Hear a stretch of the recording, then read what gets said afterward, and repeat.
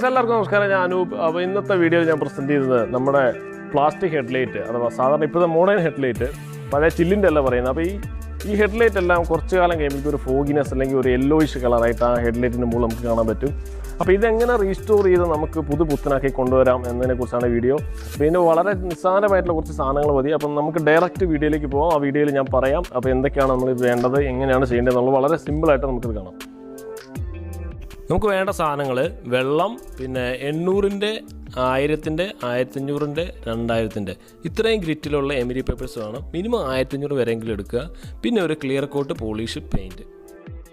ബോണറ്റിൽ സാൻഡ് പേപ്പറിൻ്റെയും ക്ലിയർ കോട്ടിൻ്റെയും കോൺടാക്റ്റ് ഒഴിവാക്കാൻ അത് പൊക്കി വെക്കുക. അതിനുശേഷം നമ്മുടെ ലൈറ്റിന് ചുറ്റും നല്ല രീതിയിൽ ടേപ്പ് ഒട്ടിച്ച് മറയ്ക്കുക.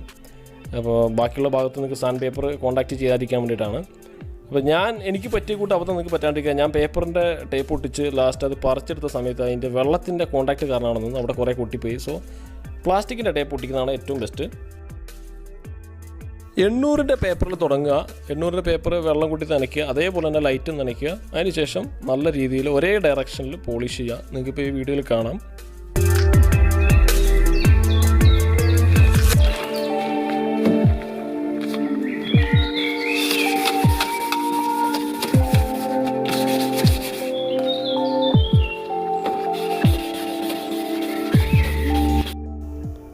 ലൈറ്റ് ഡ്രൈ ആവുന്നതനുസരിച്ച് വീണ്ടും വീണ്ടും നനച്ചു കൊടുക്കുക.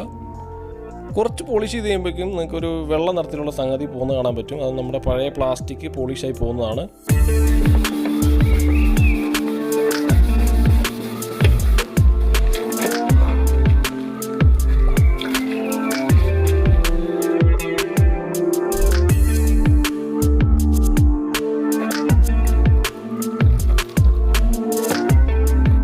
എണ്ണൂറിൻ്റെ ഗ്രിറ്റ് കഴിഞ്ഞാൽ 1000-ൻ്റെ ഗ്രിറ്റ് തുടങ്ങുക. അതും ഇതേപോലെ തന്നെ നനയ്ക്കുക. നനച്ചതിന് ശേഷം 2-3 റൗണ്ട് പോളിഷ് ചെയ്യുക. ലൈറ്റ് ഉണങ്ങുന്നതനുസരിച്ച് കുറേശ്ശെ നനച്ച് കൊടുക്കുക.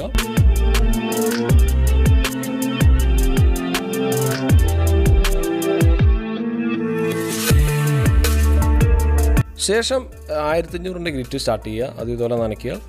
പക്ഷേ എൻ്റെ കയ്യിൽ 1500 ആയിരുന്നു അവസാനത്തെ റൗണ്ട്. 2000-ൻ്റെ ഇല്ലാത്തതുകൊണ്ട് ഞാൻ 1500-ൽ ഫിനിഷ് ചെയ്ത് അവസാനിപ്പിക്കുകയാണ്.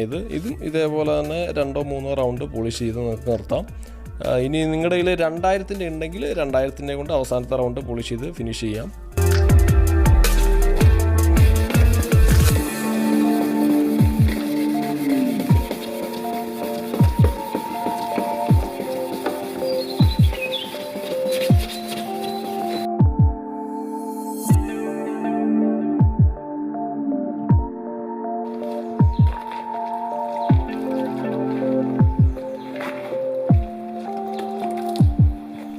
പോളിഷിങ് കഴിഞ്ഞാൽ ലൈറ്റും അതേപോലെ ലൈറ്റിൻ്റെ ചുറ്റുപാടും നല്ല രീതിയിൽ വെള്ളമൊഴിച്ച് കഴുകുക. പ്രത്യേകിച്ച് ബമ്പർ, കാരണം നമ്മൾ ഈ പോളിഷിൻ്റെ ഈ പൊടി താഴോട്ട് ഊർന്നിറങ്ങി അവിടെ ഒരു വെള്ള കളറിലുള്ള ഒരു പാടുണ്ടാവും. ഇത് കഴുകിയേ പോകുന്നുള്ളൂ, എങ്കിലും ആ ഭാഗവും നല്ല രീതിയിൽ കഴുകുക. കഴുകിയതിന് ശേഷം ഉണങ്ങാൻ വെയിറ്റ് ചെയ്യുക.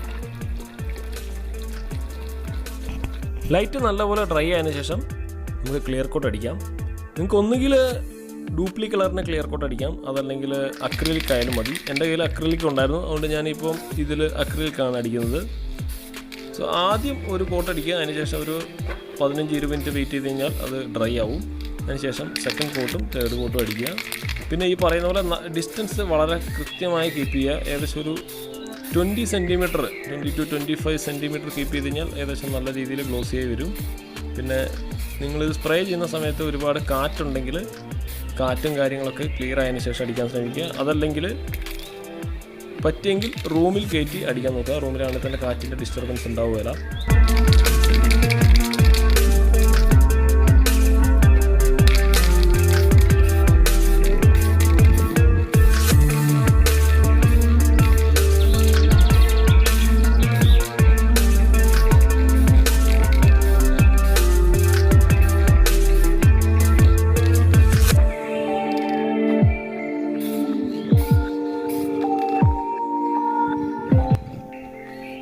നിങ്ങൾക്കിവിടെ കാണാം ഫസ്റ്റ് കോട്ടിലും സെക്കൻഡ് കോട്ടിലും കാര്യമായ ഒരു ഫിനിഷ് വരുന്നില്ല, കുറച്ച് റഫായിട്ട് തന്നെയാണ് കാണുന്നത്.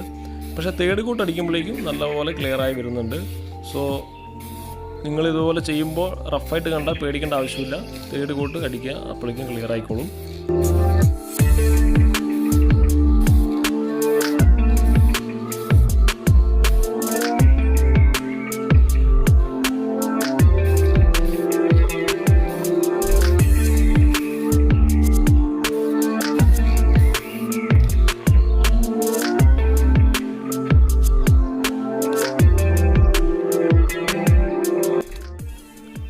തേർഡ് കോട്ട് കഴിഞ്ഞ് ഒരു 10 മിനിറ്റ് കഴിയുമ്പോൾ നിങ്ങൾക്ക് ടേപ്പും കാര്യങ്ങളും റിമൂവ് ചെയ്യാം.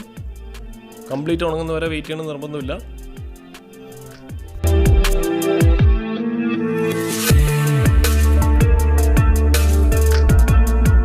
ടേപ്പ് പറിച്ചു മാറ്റിയതിന് ശേഷം പോളിഷിങ്ങിന് മുമ്പും ശേഷമുള്ള വ്യത്യാസം വളരെ നന്നായിട്ട് നമുക്ക് കാണാൻ പറ്റുന്നുണ്ട്.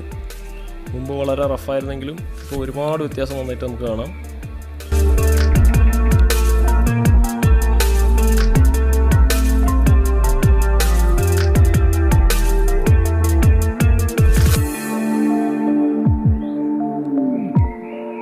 സോ ഫ്രണ്ട്സ്, നിങ്ങൾക്ക് ഇവിടെ കാണാം ഇതിപ്പോൾ ഹെഡ്ലൈറ്റ് പഴയ രീതിയിലേക്ക് ഒരു 100% വന്നില്ലെങ്കിലും 90%-ലെങ്കിലും എത്തിക്കാൻ എന്നെ കൊണ്ട് പറ്റിയിട്ടുണ്ട്.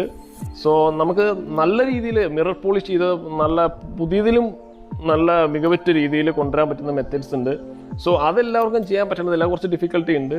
സോ ഈ വീഡിയോയിൽ പ്രകാരം ഞാനിപ്പോൾ കാണിച്ച പ്രകാരം ഇതെല്ലാവർക്കും ചെയ്യാൻ പറ്റുന്ന വളരെ നിസ്സാര കാര്യമാണ്. ഇപ്പോൾ ഈ കാണിച്ച ചെറിയ കുറച്ച് സാധനങ്ങളുണ്ടെങ്കിൽ വളരെ നിസ്സാരമായിട്ട് നമുക്ക് റീസ്റ്റോർ ചെയ്യാൻ പറ്റും. സോ ഫ്രണ്ട്സ്, വീഡിയോ ഇഷ്ടപ്പെട്ടെങ്കിൽ ലൈക്ക് ചെയ്യാൻ മറക്കരുത്. സബ്സ്ക്രൈബ് ചെയ്യാത്തവരുണ്ടെങ്കിൽ സബ്സ്ക്രൈബ് ചെയ്യാം. വീണ്ടും നമുക്ക് കാണാം. അതുവരേക്കും ബൈ ബൈ.